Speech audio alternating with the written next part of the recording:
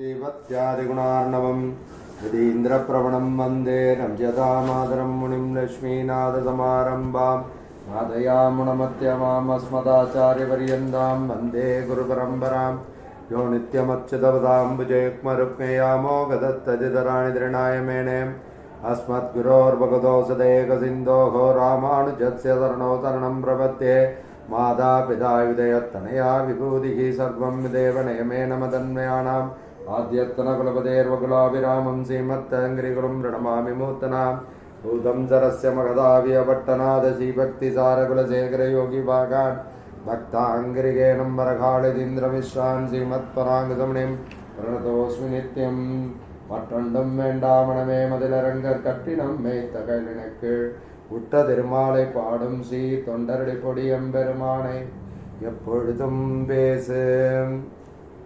கிட்டத்தட்ட ஒரு வருட காலம், இந்த ஆகஸ்ட் எண்டு வந்ததுன்னா ஒரு வருஷம் ஆயிடுறதுன்னு நினைக்கிறேன். இந்த திருமாலை ஒவ்வொரு பாசுரமும் அனுபவிக்கிறதுல இந்த திருமாலை 45 பாசுரங்கள் எல்லாருக்கும் தெரிஞ்சது தான். அதில் முதல் 3 பாசுரம் திருநாமத்தால் பெற்ற பேரு அப்படின்னு நம்ம அனுபவிச்சோம். இந்த நாம சங்கீர்த்தனத்துக்கு என்ன பலன் அப்படிங்கிறது தான் முதல் 3 பாசுரங்கள் அனுபவிச்சோம். அப்புறம் 4லேருந்து 14 அந்த பெருமாளுடைய நாம சங்கீர்த்தனத்தினுடைய அந்த நன்மையை அவர் ஆழ்வார் அனுபவிச்சதுனால உடனே என்ன பண்ணிடுறார், இப்போ நம்மளே என்ன பண்ணுறோம்னா ஒரு நல்லதை பார்ப்போம், நல்லதை பார்த்தோன்னா நம்ம குழந்தைகளுக்கு உபதேசம் பண்ண ஆரம்பிச்சிடும். ஆனால் அந்த குழந்தைகள் அதை ரசிக்காது. அதே மாதிரி தான் நம்மளையெல்லாம் குழந்தைன்னு நினச்சி 4லேருந்து 14 11 பாசுரங்கள் உபதேசம் சொல்கிற. அப்போ தான் அவருக்கு புரியறது, இவெல்லாம் கவனிக்க மாட்டேங்கிறாளே என்ன அப்படின்னு நினைக்கும் பொழுது இதனால் எனக்கு என்ன நன்மை அப்படிங்கிறது தான் 15லேருந்து 24 10 பாசுரங்கள் நிர்ஹேதுகமாய் பெற்ற நன்மை. முதல் 3 பாசுரம் திருநாமத்தால் தாம் பெற்ற பேரு. அடுத்த 11 பாசுரம் பரோபதேசம் பண்ற. அடுத்த 10 பாசுரம் ஆழ்வார் நிர்ஹேதுகமாய் பெற்ற நன்மைய சொல்ற. இப்ப நம்ம பாக்குறது 4வது டிவிஷன். ஆழ்வார் கைமுதல் இல்லாம என்கிட்ட ஒண்ணுமே இல்லை, அதாவது தன்கிட்ட நல்லதே இல்லைன்னு முதல் 5 பாசுரத்துல சொல்ற. அப்புறம் பார்க்குற நல்லதுதான் இல்லை அப்படின்னு யோசிச்சுட்டே இருக்கும் பொழுது என்கிட்ட இருக்கிறது பூரா கெட்டது தான் அப்படிங்கிறது தான் 25லேருந்து 34வது பாசுரம் வரலையும் ஆழ்வார் அனுபவிக்கிறார். இப்போ 34வது பாசுரம், அதனால தான் இந்த கொஞ்சம் ப்ரீஆம்பிள் கொடுத்தேன் என்ன நம்ம பார்க்குறோம் அப்படின்ட்டு. இந்த 34வது பாசுரத்தில் ஆழ்வார் எப்படி இதை பார்த்தா இதை புரியும் அப்படிங்கிறத நான் சொல்கிறேன். ஆழ்வார் அப்படியே பெருமாள் கிட்டக்க போயிடுறார். நம்மளே ஒரு பெரியவா நம்ம பார்த்துக்கு வரும்பொழுது முதல்ல என்ன பண்ணுவோம்னா அவளை இப்படி வரவேற்கணும் அப்படி வரவேற்கணும்னு நினைச்சுட்டு நம்ம அப்படி எல்லாம் பண்ணிட்டு அவ கிட்டக்க போகும்போது இவ்வளவு பெரிய வாழ்கிட்ட போய் நம்ம கிட்டக்க போறதுக்கு அருகதை இருக்கா அப்படின்னு நம்ம யோசிப்போம். அப்ப அந்த பெரியவா என்ன பண்ணுவா, இங்க வாடா குழந்தை உட்கார்றா பக்கத்துல அப்படின்னு சொல்லுவாள்ல. அந்த பாவத்தை தான் 35 36 அடுத்த வாரத்திலேருந்து நம்ம அனுபவிக்க போறோம். 35வது பாசுரம், 36வது பாசுரம், 37வது பாசுரம். இப்ப இந்த பாசுரத்துல அவருடைய ஆழ்வாருடைய பாவம் எப்படி இருக்குன்னா, அவ்வளவு பெரியவன் எம்பெருமான், கல்யாண குணங்களினுடைய இருப்பிடமாக இருக்கிறவன் எம்பெருமான்.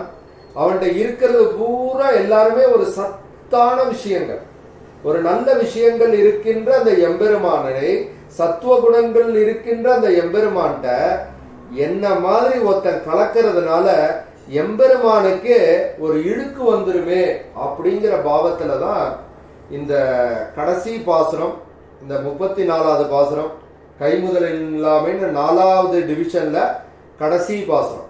அதாவது 10 பாசுரம். இது முதல் 5 பாசுரம் ஆழ்வார்கள் தன்னிடம் ஒண்ணுமே நல்லதில்லை அப்படின்னு பாக்குற.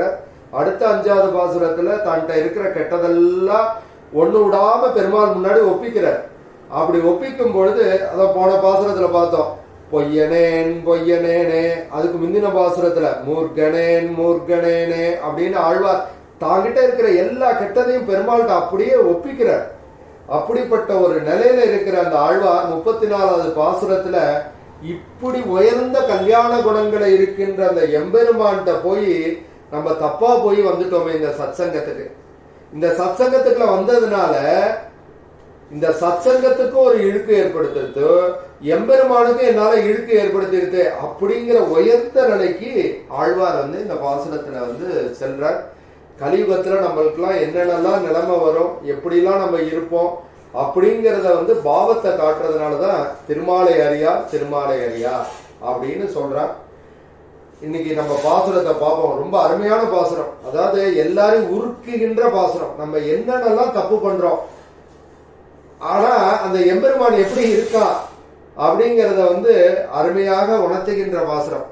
உள்ளத்தே உறையும் மாலை உள்ளுவார் உணர்வொன்றில்லா கள்ளத்தே நானும் தொண்டாய் தொண்டுக்கே கோலம் பூண்டு உள்ளுவார் உள்ளிற்றெல்லாம் உடனிருந்து அருதி என்று வெல்கி போய் என்னுள்ளே நான் விளவர சிரித்திட்டேனே. அருமையான பாசுரம். இன்னொரு தடவை பார்ப்போம். உள்ளத்தே உறையும் மாலை உள்ளுவார் உணர்வென்றில்லா கள்ளத்தே நானும் தொண்டாய் தொண்டுக்கே கோலம் பூண்டு உள்ளுவார் உள்ளிற்றெல்லாம் உடனிருந்து அருதி என்று வெல்கி போய் என்னுள்ளே நான் விளவர சிரித்திட்டேனே அப்படின்னு ஆழ்வார் அருமையா ஆரம்பிக்கிறார். அதான் எம்பெருமான் எங்கெங்கயோ இருக்கான் அப்படின்னு நம்ம நினைச்சுட்டு இந்த கோயிலுக்கு போறோம், அந்த கோயிலுக்கு போறோம், இந்த இடத்துக்கு போறோம், இந்த யாகம் செய்யறோம், இந்த தர்மம் செய்யறோம். ஆனா எம்பெருமான் எங்க இருக்கான்னா நம்மளுடைய மனசுக்குள்ளேயே அந்தர்யாமியாக இருக்கின்றான். நித்தியவாசம். எப்படி மகாலட்சுமி எம்பெருமானுடைய திருமார்புல நித்தியவாசம் பண்றாலோ அதே மாதிரி எம்பெருமான் எங்கேயோ இல்ல, நம்மளுடைய மனசுல நித்தியவாசம் பண்ணிட்டே இருக்கானா அந்த எம்பெருமான். அப்படிப்பட்ட அந்த எம்பெருமான் எப்படி இருக்கானா சாதாரணமா இல்ல. இப்ப நம்மளே ஒரு இடத்துல இருக்கோம், ஏதோ அவாத்துக்குள்ள ஏதோ பேசிட்டு இருப்பா, நம்மளுக்கு பாதி புரியும் பாதி புரியாது. அதனால அப்படிப்பட்டவன் கிடையாது, அவன் சர்வஞனா இருக்கான், எல்லாத்தையும் அறிந்தவனாக இருக்கின்றான் எம்பெருமான். அவனுக்கு தெரியாதது எதுவுமே இல்ல, எதுவுமே அவனுடைய அப்ரூவல் இல்லாம எதுவும் நடக்க போறதுமே இல்ல, அவனுடைய உத்தரவுக்கு அப்புறம் தான் எதுவும் நடக்க போறது. அப்படிப்பட்ட எம்பெருமான் என்கிட்ட இருக்கான்னு தெரியாம நான் மாட்டுக்கு பொய்யா பேசிட்டேனே அப்படின்னு ஆழ்வார் இந்த பாசுரத்துல அவதாரிகளை அனுபவிக்கிறார். இப்படிப்பட்ட எம்பெருமானுக்கு நான் குற்றம் விளைவிப்பதை காணும். எம்பெருமான் எங்கேயோ இருக்கா, கொஞ்ச நேரம் என்கிட்ட இல்ல அப்படின்னா நான் ஏதோ ஒரு பொய்ய சொல்லலாம். இப்ப நம்ம பாத்துக்கே ஒருத்தர் வர, அவரை பத்தி நம்ம ஏதோ பேசணும், அவர் அடுத்த இடத்துக்கு போயிருக்கார், அப்ப அவரை பத்தி பேசிடுவோம். அப்புறம் அவர் நான் எவ்வளவு பெரிய நல்லவர் தெரியுமா, அப்படிதான் நான் பேசிட்டு இருந்தேன்னு நம்ம வாய் திறந்து ஒரு பொய்ய உண்மையா சொல்லுவோமே, அது மாதிரி நான் எம்பெருமான் என்கிட்ட இல்லேன்னு நினைச்சுட்டு நான் மட்டுக்கு எதோ பொய்யா சொல்லிட்டேன். ஆனா இப்பதான் எனக்கு புரிஞ்சுது எம்பெருமான் என்கிட்டே இருக்கான். அப்ப ஒருத்தர் இல்லேன்னு நினைச்சு நான் பேசிட்டு இருக்கேன், ஆனா அவர் அங்கேயே இருக்கார், அதை நான் பார்க்க தவறிட்டேன். அப்ப நம்ம எப்படி நாணப்பட்டு வெக்கப்பட்டு நம்மளே திட்டம், அச்சுச்சோ இவர் இருக்கான்னு தெரியாம நம்ம பேசிட்டோம். நம்ம பாத்திலே நடக்கும், யாரையோ திட்ட போவோம், அவர் இல்லேன்னு நினைச்சு திட்டின்னு இருப்போம், லாஸ்ட்ல பார்த்தா அவர் குத்துக்கெல்லாம் அந்த இடத்துல உட்கார்ந்து இருப்பார். அதை பார்த்தோன்னா நம்மளுடைய பாவம் எப்படி இருக்குமோ அப்படிப்பட்ட எம்பெருமான் எங்கேயும் எப்போதும் எங்கேயோ இருக்கான்னு நினைச்சு நான் மாட்டுக்கு பேசிட்டே இருந்தேன், அவன் என்கிட்டயே நித்தியவாசம் பண்ணிட்டு இருக்கான். அப்படிப்பட்ட அந்த எம்பெருமான நான் தெரியாம புரியாம அறியாம நான் மாட்டுக்கு எதையோ சொல்லிட்டேனே. அவனுக்கு தெரியாதது என்ன, எல்லாமே எம்பெருமானுக்கு தெரியுமே. அவன் என் மனசுக்குள்ளேயே இருந்துட்டு என்னை பார்த்துட்டே இருக்கான், என்னை பத்தி புரிஞ்சுட்டே இருக்கான். அப்படிப்பட்ட எம்பெருமானுக்கு நான் தப்பு தப்பா சொல்லிட்டேனே, எல்லாமே கள்ளத்தனமா நான் செஞ்சுட்டேனே. அப்படி இருந்தனா எம்பெருமானோடு நான் இருக்காம விலகி போறதுதான் நல்லது, இந்த சத்சங்கத்தை விட்டு நான் விலகி போறது நல்லது அப்படின்னு நினைக்கும் பொழுது இதை நம்ம எப்படி பார்க்கணும்னா, தப்பு பண்றது எல்லாரும் இருக்கலாம், அந்த தப்பு பண்ணிட்டோமேன்னு ஒரு வெட்கம் அடையும் போது எம்பெருமான் நம்மை ரட்சிக்கிறான் அப்படிங்கிறத தான் இந்த இடத்துல பாவத்தை அடுத்த பாசுரத்திலேருந்து பார்க்க போறோம். நம்ம அப்படிங்கிற ஒரு பாவத்தை தான் இந்த இடத்துல பார்க்கணும். அதை தான் வியாக்கியானம் பார்ப்போம். முதல்ல உள்ளத்தே உறையும் மாலை. உள்ளத்தே அப்படின்னா எம்பெருமான் எப்படி இருக்கான்னா, போன தடவையே நம்ம பார்த்தோம், இந்த ஜீவாத்மாங்கிறது ஒரு இப்ப நம்ம ஒரு நெல்லுடைய ஒரு எல்லாருமே நெல் செடி நம்ம பார்த்துருப்போம், இல்லைன்னா டிவிலையாவது பார்த்துருப்போம்.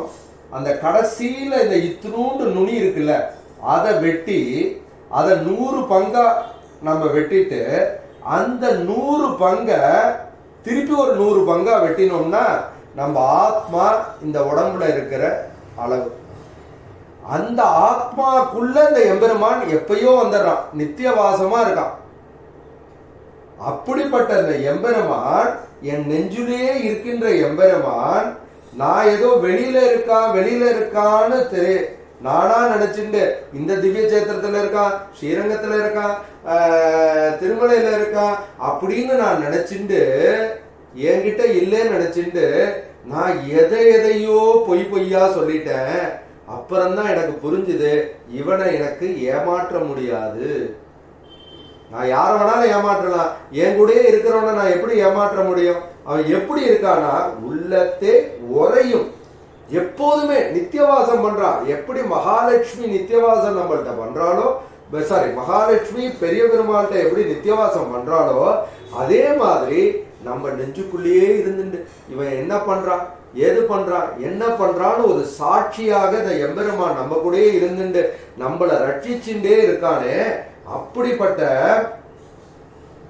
எம்பெருமான் கொஞ்ச நேரம் வெளியில போயிட்டு வந்தார்னா அந்த நேரத்திலேயாவது நான் எதையாவது சொல்லிக்கலாம், ஆனா எப்போதுமே என்னை விட்டு பிரியறதே இல்லையே. அப்படிப்பட்ட எம்பெருமான் என்கிட்ட இருக்கும் பொழுது அவன் யாரா இருக்கான். சப்போஸ் சில பேர் இருப்பா நம்ம ஆத்துலயே, அவளுக்கு நம்ம சொல்றதே புரியாது, அவளுக்கு நேரம் நம்ம எதை வேணாலும் சொல்லலாம். ஆனா இவன் அப்படி இல்லை. உள்ளத்தே உறையும் மாலை. அந்த மாலைங்கிற இந்த இடத்துல என்ன அர்த்தம்னா பெரியவன், சர்வஞன், எல்லாத்தையும் தெரிஞ்சவன். எப்போ ஒருத்தன் பெரியவனா இருப்பான், எல்லாத்தையும் அறிந்தவனாக இருந்தால் அவனுக்கு தெரியும். இப்ப ஒரு ஆகாசத்தை எடுத்துட்டோம்னா ஆகாசத்திலேருந்து வியாபிக்கிற ஆகாசாத் வாயுகு வாயோரக்னிஹே அக்னேராபஹா அத்ய பிருதிவி அப்படின்னு தைத்திரிய உபனிஷத் சொல்றது. ஆகாசத்திலேருந்து வாயு உருவாகிறது அப்படின்னு அதுக்குள்ள போக வேணாம், அது பெரிய தத்துவம். அப்ப ஆகாசத்திலேருந்து எல்லாம் உருவாகிறது. உருவான பிறகு ஆகாசத்தோடைய கண்ட்ரோல் இருக்கானா? கண்ட்ரோல் கிடையாது. அதுதான் அங்க இருக்கிற பியூட்டி. நம்மள்டேந்து நம்ம பையன் உருவானா, நம்ம பேரன் உருவானா, ஆனா நம்ம பையனோ பேரனோ இல்ல பேத்தியோ பொண்ணோ நம்மளுடைய கண்ட்ரோல்ல இருக்காளானா கிடையாது.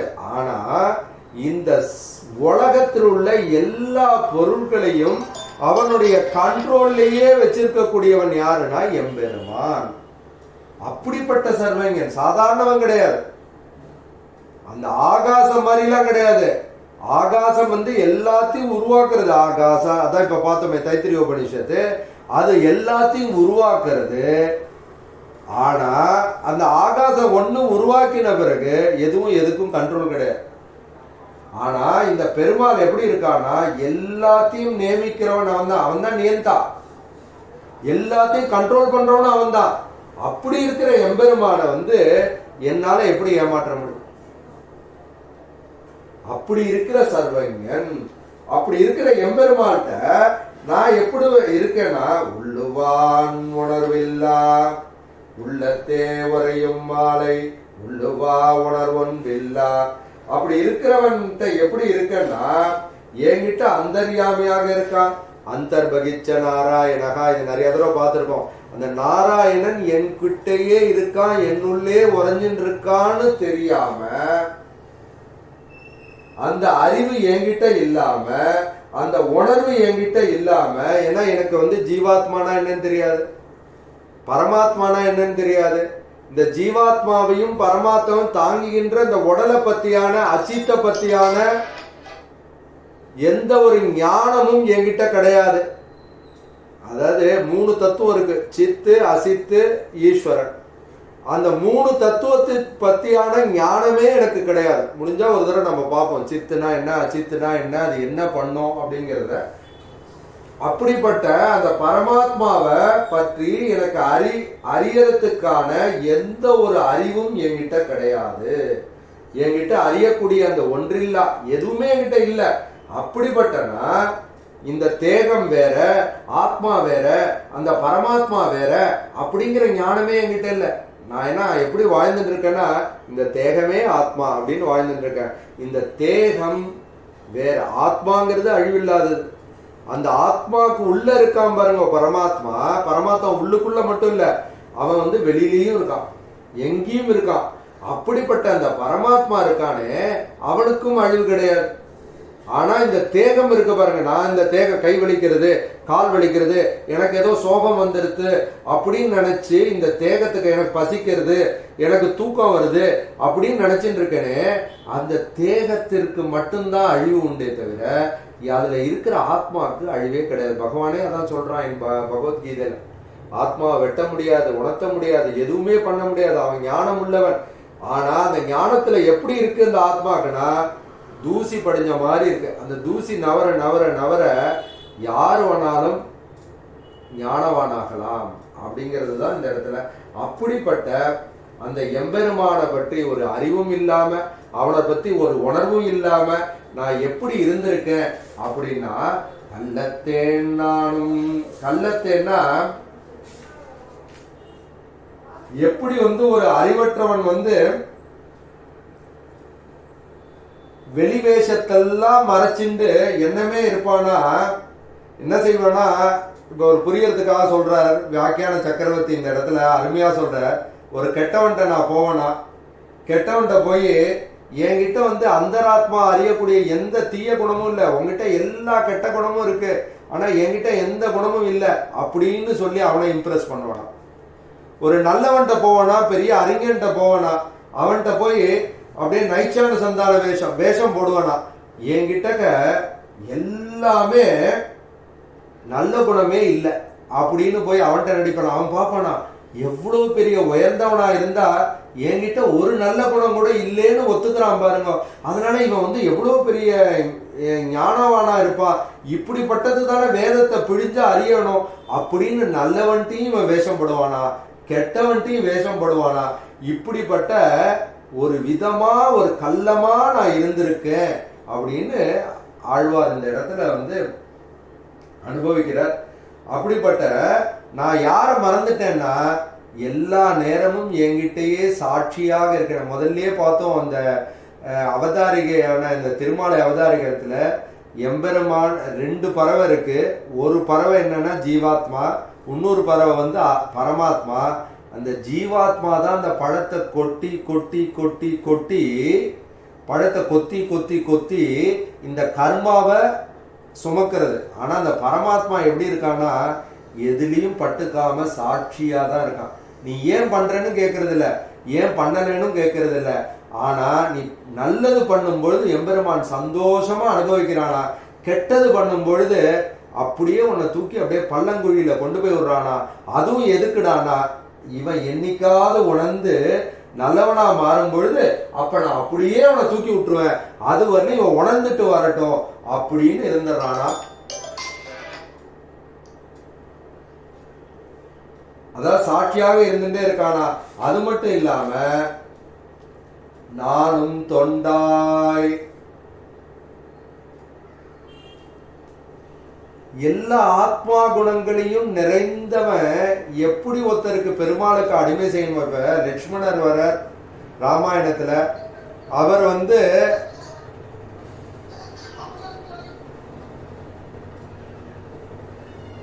லட்சுமண முனி இருக்கார்.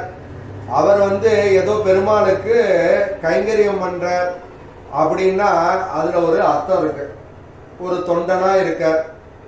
சென்றால் கொடையாம், இருந்தால் சிங்காசனமாம், நின்றால் மறுபடியாம், நீள்கடலுள் என்றும் புனையாம், மணிவலக்காம், பூம்பட்டாம், புல்குமனையாம், திருமார்கரவுன்னு ஒரு கைங்கரியம் பண்றான்னா அர்த்தம் இருக்கு.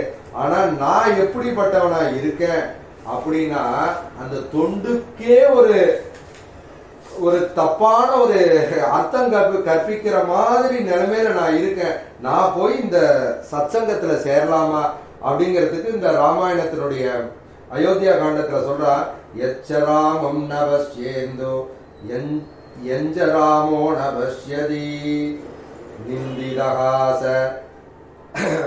வசே லோகே ஸ்வாத்மாப்யேனம் விகர்ஹதே. அயோத்தியா கண்டம் ராமாயணத்துல 17வது சர்க்கம் 14. எவனொருவன் ராமனை காண்பதில்லையோ, எவனை ராமனும் கடாட்சிப்பதில்லையோ, அவன் உலகத்தில் நிந்திக்கப்பட்டவனாய் வாழ்கிறான். யார் எம்பெருமான் ராமன் பார்க்கலையோ, எந்த ராமன் அவனை கடாட்சிக்கலையோ, அவன் நிந்திக்கப்பட்டவனா தான் இருக்கான். எப்படா வாழ்க்கையினுடைய அர்த்தம் இருக்குன்னா, எப்ப எம்பெருமான்கிற அந்த ஒரு பரம்பொருளுடைய அருளை பெறோமோ, அதுவும் ஆச்சாரியன் மூலமாக நம்ம பெறோமோ, அது எம்பெருமானே ஆச்சாரியனா இருக்கலாம், அதுவும் முக்கியம் இல்ல. அப்படி இருக்கிற நேரத்துலதான்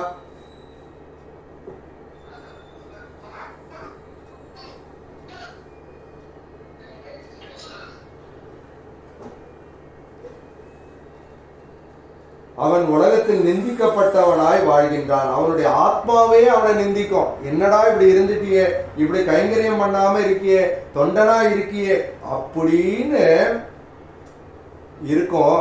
இப்படிப்பட்ட நல்லவர்கள்லாம் எம்பெருமான் ராமனுக்கு லட்சுமணன் செய்ததையோ, சீதா செய்ததையோ, பரதன் செய்ததையோ, சத்ருகன் செய்ததையோ, ஆஞ்சநேயன் செய்ததையோ, சுக்ரீவன் செய்ததையோ, அங்கதன் செய்ததையோ, நீலன் செய்ததையோ, விபீஷண ஆழ்வார் செய்ததையோ, செய்ய வேண்டிய காரியத்தை என்ன மாதிரி கெட்டவன் பெருமாளுக்கு செய்யலாமா? இதெல்லாம் நல்லவர்கள் செய்ய வேண்டிய காரியம் இல்லையா? அந்த தொண்டுக்கே கோலம் கொண்டு, அந்த தொண்டுக்கே ஒரு ஒரு ஒரு நல்லது இல்லாத இருக்கே.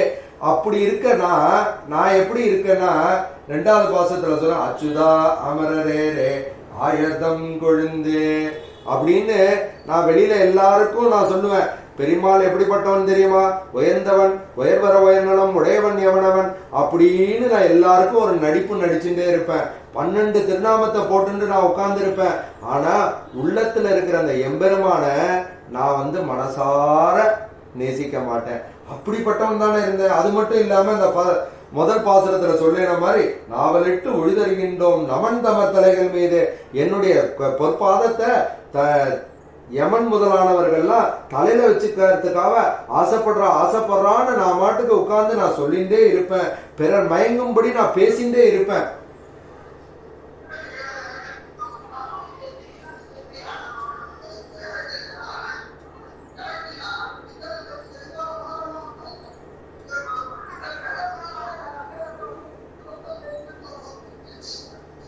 பிறர் மயங்கும்படி நான் ஏதாவது பேசிண்டே இருப்பேன். ஆனா யமன் முதலான தலையில கால வச்சேன் அப்படின்னு நான் பேசிண்டே இருப்பேனே தவிர,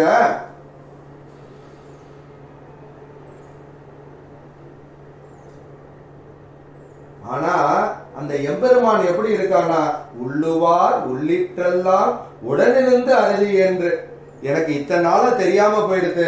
அந்த எம்பெருமான் எங்க இருக்கான்னா எங்கூடையே இருக்கான். என்கிட்ட எண்ணத்திலேருந்து வரதே இந்த எம்பெருமான்டேந்து வர அந்த ஊற்று போல இருக்கிறது தான். அவன் என்கிட்டே இருக்கான், நான் எங்கேயோ தேடிட்டு இருக்கேன். அப்படிப்பட்டவன் இதை எதுக்கு ஒரு இடத்துல சாடுறான்னா, மகாபாரதத்தை இந்த இடத்துல கோட் பண்றா. ஏகோகமஸ்மிதி சமன்யசேத்வம் நகிருச்சயம் வேத்தி முனிம் புராணம் யோ வேதிதா கர்மணஹா பாவகஸ்ய தஸ்யாந்திகே த்வம் விருஜினம் கரோஷி. இது சகுந்தலா வாக்கியத்துல இருக்கு. சகுந்தலை துஷ்யந்தனை பார்த்து சொல்றா. அந்த கதை நம்ம எல்லாருக்கும் தெரியும், ஏன்னா படத்துல கூட பார்த்துருக்கோம். அப்ப துஷ்யந்தன்ட்ட ஏமாந்துடுறா. துஷ்யனத்துக்கும் சாபத்தினால அவனுக்கு மறந்துடுறது. தான் கந்தர்வ விவாகம் பண்ணிட்டு அவளோட நம்ம இருந்தோம் அப்படிங்கிறதையும் மறந்துடுறது. அப்ப சகுந்தலையினுடைய, ஏன்னா சகுந்தலை ரிஷி குமாரத்து இல்லையா, அதனால அவள்கிட்ட இருந்து வாக்கியம் வருது, துஷ்யந்த மகாராஜனே நான் ஒருவனே இருக்கிறேன் அப்படின்னு நீ என்கிட்ட தப்பு பண்ணிருக்கலாம். யாரும் இல்லைன்னு நினைச்சுட்டு ஒரு கந்தர்வ விவாகம் என்கிட்ட பண்ணிருக்கலாம். பண்ணிட்டு அதை நீ மறந்துட்டேன்னு இப்ப சொல்லலாம். ஆனா நான் ஒருத்தன் இருக்கேன், நான் மட்டும்தான் இருக்கேன்னு நீ நினைச்சிட்டு இருக்க. என் ஹிருதயத்துல நித்தியவாசம் செய்து கொண்டிருக்கின்ற ஆதி புருஷனான பகவானை நீ அறியலையேடா. அவன் சாட்சியானடா நம்மளுடைய கல்யாணம் நடந்தது, அவன் என்கிட்ட இருந்தான் அப்படின்னு நீங்க விஷயத்த நீ ராஜாவான நீ மறந்துட்டியே அப்படின்னு சொல்ற. எவர் ஒருவர் பாப கர்மத்தை அறிபவரோ அவர் அருகிலேயே நீ பாபத்தை செய்கிறாய். அந்த அந்தர்பகிச்ச நாராயணன் யார்கிட்ட இருக்கான்? உங்ககிட்ட இருந்தாண்டா, என்கிட்ட இருந்தாண்டா, நம்மள சுத்தி இருந்தா. அப்படிப்பட்ட நாராயணனுடைய சாட்சியாக தானே நம்ம கல்யாணம் நடந்தது. அப்படிப்பட்டதை நீ மறந்துட்டடா. அவன் இருக்காண்டா, என் கல்யாணத்துக்கு சாட்சியா அவன் இருந்தான். அதனால யாரும் இல்லைன்னு நினைச்சு இந்த அபலையை நீ ஏமாத்திராத. எனக்கு நீ பதில் சொல்லி ஆகணும். அப்படி இல்லைன்னா எம்பெருமானே உன்னை பதில் சொல்ல வைப்பான் அப்படின்னு அந்த சமுந்தரையோடைய வாக்கியம்தான் அவளையே காப்பாத்தியது அப்படிங்கிறது தான் இந்த இடத்துல ஆழ்வார் அனுபவிக்கிறார். அப்படிப்பட்ட ஆழ்வார் என்ன சொல்றான்னா, எம்பெருமான் நம்ம நெஞ்சிலேயே இருக்கும் பொழுது நம்ம ஏதோ அவனே இல்லை அப்படின்னு நினைச்சுட்டு நம்ம என்னென்னமோ தப்பா சொல்றோம், என்னென்னமோ கூத்தடிச்சுட்டு இருக்கோம். எம்பெருமான் இல்ல இல்ல நினைச்சிட்டு எனக்கு தான் எல்லாம் தெரியும், எனக்கு தான் நான் சொல்றதுதான் எப்போதும் சரி, நான் எனக்கு இந்த சபையில நான் சொல்றதுதான் கரெக்டு அப்படின்னு நம்மளா ஏதோ நம்ம எங்கேயோ ஒரு புக்கை பார்த்து கத்துண்டு எதையோ சொல்லிண்டே நம்ம சொல்லிண்டே வாழ்க்கையை ஓடின்னு இருக்கோம். ஆனா எம்பெருமானான ஸ்ரீமன் நாராயணன் எல்லா இடத்துலயும் சர்வஞனான அவன் நித்தியவாசம் பண்ணிண்டு எல்லா இடத்துலயும் நம்ம பண்ற ஒவ்வொரு வினாடியில நம்ம செய்கின்ற ஒவ்வொரு காரியத்தையும் அவன் பார்த்து கொண்டிருக்கின்றான் அப்படிங்கிறது எனக்கு தெரிஞ்சு போன பிறகு வெல்கி போய், அதுதான் இங்க முக்கியம். அதாவது நம்ம ஒருத்தர் திட்டுறோம், அவர் இல்லைன்னு நினைச்சுட்டு அவர் இங்கே இருக்கான்னு தெரிஞ்சினோட நம்மளுடைய பாவம் எப்படி இருக்குமோ, அந்த உலகத்தையே ஆட்சி செய்கின்ற அந்த எம்பெருமான் நம்ம கூடயே இருக்கான் அப்படின்னு தெரிஞ்சுண்டு எனக்கு தெரியாம இதுவரை, எனக்கு புரியாம இதுவரை, தெரியாமன்னு சொல்ல முடியாது, புரியாம இதுவரை இருந்தவர்லையும் இப்ப அவன் இருந்து எல்லாத்தையும் பார்த்துட்டு இருக்கான். ஆனா நான் பொய்யா சொல்லியிருக்கேனே, மூர்க்கனா இருந்திருக்கேனே, பொய்யனா இருந்திருக்கேனே, அப்படிப்பட்ட நான் வெல்கி போய் என்னுள்ளே நான் அப்படியே என்னுடைய கள்ளத்தனத்தையும் அவன் எல்லாம், என்னுடைய கள்ளம் மட்டும் இல்ல அவன் எல்லாம் அறிந்தவன் என்பதையும் அவன் நெஞ்சிலேயே என்கிட்ட இருந்துட்டு இருக்கான் அப்படிங்கிறதையும் நினைச்சு பார்த்தோன்னா ஆழ்வார் வெட்கம் அடைந்துறாராம். அவருக்கு என்ன சொல்றதுன்னே தெரியல. இப்படிதான் நம்மளுடைய நிலைமை இருக்கு. பெருமாள் எங்கேயோ இருக்கார், அங்க இருக்கார், இங்க இருக்காருன்னு ஓடிட்டு போய் நம்ம மனசுலயே நம்ம எல்லாரையும் திட்டின்னு இருக்கோம் பாதி சமயம். ஆனா அந்த எம்பெருமான் சர்வஞன் நம்மளோடு இருக்கான், நம்மளோட பார்த்துட்டு இருக்கான். அதுக்குதான் பெரியவாள்லாம் அந்த காலத்துல மனசு சுத்தமா இருக்கணும் அப்படின்னு பெரியவாள்லாம் சொல்லியிருக்கா. அப்படிப்பட்ட அந்த மனசு சுத்தமா இருக்கிறதுக்கு தான் தியானம் பண்றோம், பெருமாளை இருக்கோம். எங்கேயோ பெருமாள் இல்லை, பெருமாள் நம்ம உள்ளத்துக்குள்ளே இருக்கா. காசிக்கு போலேன்னு சொல்ல வேண்டாம், கயாக்கு போலேன்னு சொல்ல வேண்டாம், அயோத்தியா போலேன்னு சொல்ல வேண்டாம், இங்கேயே இருந்துண்டு நம்ம பெருமாள் நமக்குள்ளே இருக்கா. அப்படின்னா பெருமாளே நம்மாழ்வாருக்கு கடாட்சம் கொடுத்த மாதிரி அவரே நம்மள்ட்ட அயோத்தி பெருமாளம் வருவர், சாலக்கிராமம் பெருமாளம் வருவர், நைமிசாரண்யம் பெருமாளம் வருவர், இங்க பக்கத்துல இருக்கிற ஸ்ரீரங்கம் பெருமாளும் வருவார். அப்படிங்கிற ஒரு பாவத்தை நம்ம நினைச்சுட்டு இருக்கணும். அப்படி இல்லாம எம்பெருமான் எங்கேயோ இருக்கான்னு நம்ம நினைச்சுட்டு தப்பு தப்பா எல்லாமே பண்ணிட்டு இருந்தோம்னா அப்ப என்ன ஆகுறதுன்னா, எம்பெருமான் நம்ம கூடயே இருக்கான்னு தெரிஞ்ச பிறகு நம்மளுடைய கள்ளத்தனம் அப்படியே நமக்கு சிரிப்பா இருக்கு அப்படின்னு வெட்கமடைந்த பெரிய பெருமாளை பார்க்கறதுக்கு கூட ஆழ்வாருக்கு கூச்சமாயிடுதான். அப்படியே தலையை குனிஞ்சுக்கிட்டாராம். அவரை விட்டு இனிமே நான் விலகி போயிடுறேன் அப்படின்னு. அதாவது வெல்கி போய் என்னுள்ளே நான் விலவர சிரித்துட்டேனே. நம்மளே பெரிய துக்கம் வருது, நம்மளும் எதோ ட்ரை பண்ணி பார்க்கிறோம், பண்றது எல்லாமே ஃபெயிலியர் ஆகுதுன்னா அப்படியே ஒரு சிரிப்பு வரும் நம்மள்ட்ட. என்ன பண்றதுன்னே தெரியல. எவ்வளோ சில சமயம் என்ன ஆகும்னா நம்ம குழந்தைய சொல்றச்சையும் வரும். எவ்வளவோ குழந்தைக்கு நல்லது சொல்லி பார்ப்போம், அட்வைஸ் சொல்லி பார்ப்போம், அந்த குழந்தை கேட்க மாட்டேங்கிறது. ஊர்ல இருக்கிற எல்லா குழந்தையும் நான் சொல்றதை கேட்கறது, நம்மாத்து குழந்தை கேட்க மாட்டேங்கிறது, நம்மாத்து ஹஸ்பண்ட் நம்ம சொல்றதை கேட்க மாட்டேங்கிறானே, நம்மாத்து மனைவி நம்ம சொல்றதை கேட்க மாட்டேங்க, நம்ம அப்பா கேட்க மாட்டேங்கிறாளே, நம்ம அம்மா கேட்க மாட்டேங்கிறாளே அப்படின்னு ஒரு விரக்தியில நம்ம சொல்றதை யாருமே கேட்கலையே அப்படின்னு வரும்பொழுது ஒரு விரக்தியில ஒரு சிரிப்பு வரும் நம்மளுக்கே. நம்மளை நினைச்சு இது என்னடா வாழ்க்கை அப்படிங்கிற மாதிரி இந்த ஆழ்வார் வந்து அப்படியே ஒரு சிரிப்பு சிரிக்கிறாராம், விளவர சிரிக்கிறாள், அப்படியே எலும்பெல்லாம் முறியிற மாதிரி அப்படியே ஒரு சிரிப்பு சிரிக்கிறாராம். நம்ம வந்து என் காரியம் என்ன பார்த்தா நானே சிரிக்கிற மாதிரி இருக்கு அப்படின்னு இந்த இடத்துல வந்து ஆழ்வார் வந்து வித்தியாசமா அனுபவிக்கிறார். ஆனா அப்படி அனுபவிச்சுட்டு அவர் என்ன நினைக்கிறாருன்னா, இனிமே இந்த பெருமாள்கிட்ட நம்ம இருக்கக்கூடாது, இந்த பெருமாளை விட்டுட்டு நம்ம போயிடணும். ஏன்னா நம்மளால பெருமாளுக்கு வந்து ஒரு உயர்வு இருக்கணுமே தவிர நம்மளால பெருமாளுக்கு ஒரு தாழ்வு இருக்கக்கூடாது அப்படின்னு எப்படி பெரியாழ்வார் நினைச்சாரோ, பல்லாண்டு பல்லாண்டு பல்லாயிரத்தாண்டு பலகோடி நூறாயிரம் மல்லாண்ட திந்தோள் மணிவண்ணா உன் சேவடி செவ்வி திருக்காப்பு அடியோமோடும் முன்னோடும் நெறிவிண்டு ஈரம் பல்லாண்டு வடிவாயனின் வளமார்வனில் வாழ்கின்ற வங்கையும் பல்லாண்டு அப்படின்னு அவர் சொன்னாரோ, அப்படிப்பட்ட பெருமாளுக்கு பல்லாண்டு பாடி பெருமாள் வந்து பல ஆண்டு காலம் நம்ம வாழ்ந்தோம்னா நம்மளும் நன்றாய் இருப்போம்னு நினைக்கிற ஒரு உயர்வான சிந்தனையில் இருக்க வேண்டிய பெரியாழ்வார் மாதிரி இருக்கணும். ஆனா நான் எப்படி இருக்கேன்னா, நான் பெருமாள்கிட்ட சேர்றதுனால பெருமாள்கிட்ட இழுக்கு இருக்கு, அதனால இந்த பெருமாளை விட்டு நான் நவந்துடுறேன் அப்படின்னு ஒரு நிலைக்கு ஆழ்வார் இந்த இடத்துல வர. இப்படிப்பட்ட நிலைமை வருது. இது மாதிரி ஒரு பக்தனை நம்ம விட்டு விடணுமா அப்படின்னு நினைச்சு பெருமாள் இவரை அங்கீகரிக்க போய் துவய மந்திரத்திலேருந்து எல்லாம் சொல்ல போற ரத்தனமான பாசுரங்கள்லாம் அடுத்தடுத்த நாள் நமக்கு வரப்போகுது, அடுத்தடுத்த வாரங்கள்ல அது எல்லாத்தையும் நம்ம அனுபவிப்போம். ஆனா ஆழ்வார் ஒன்ன மறந்துடுறாரு இந்த இடத்துலயும். ஆழ்வார் வந்து பெரிய பெருமாளை விட்டுட்டு போகணும்னு நினைச்சாரே தவிர பெரிய பெருமாள் இல்லாத இடம் ஏது? அவர் விட்டுட்டு எங்க போக முடியும்?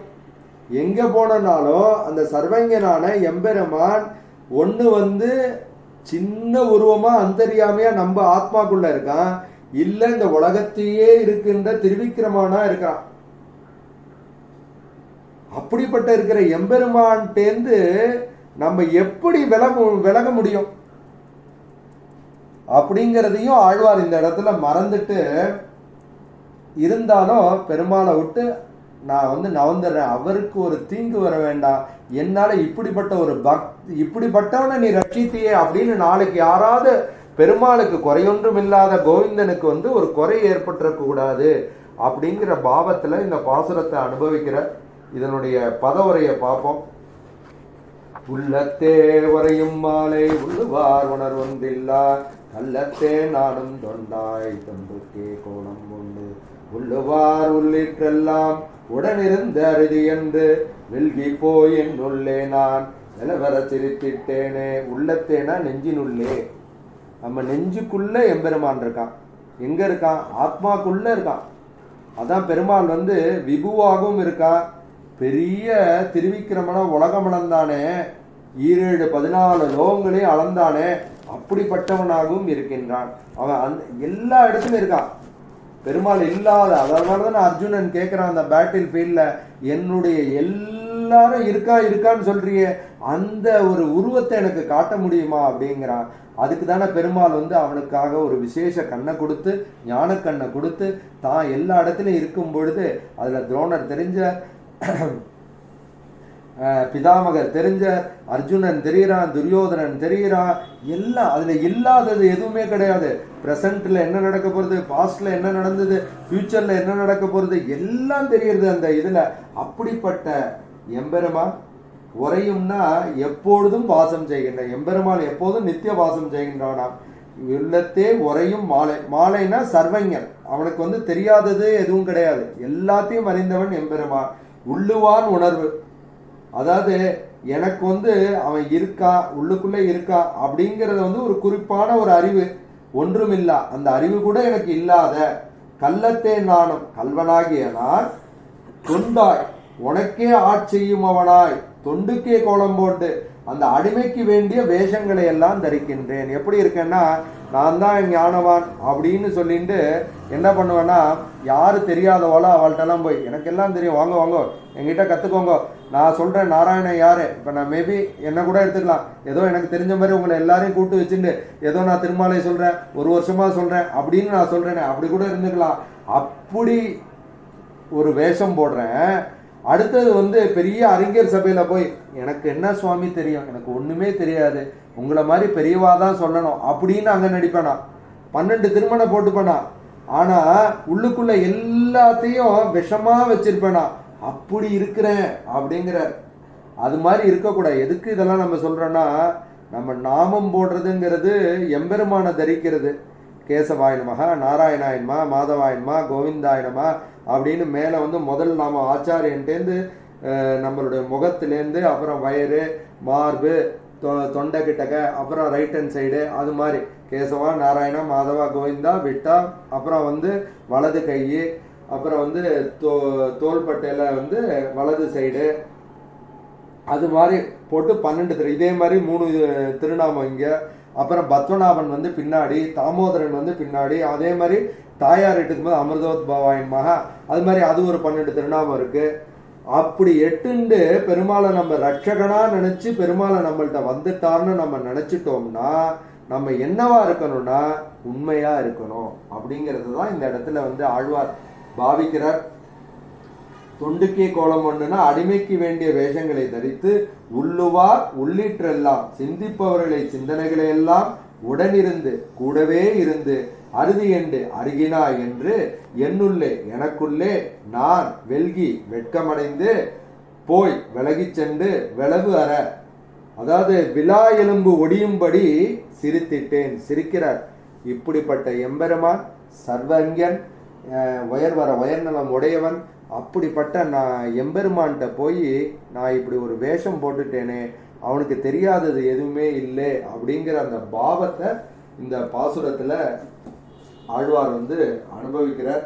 இதோட நம்மளுடைய ஆரம்பத்தில் சொன்ன மாதிரி 10 பாசுரம் கைமுதல் இல்லாமை அப்படிங்கிறது 25லேருந்து 34 ஆழ்வார் தான்ட்ட வந்து ஒரு நன்மையும் இல்லை, என்கிட்ட தீமை மட்டும்தான் இருக்குன்னு இந்த 10 பாசுரத்தை அனுபவிச்சுறார்.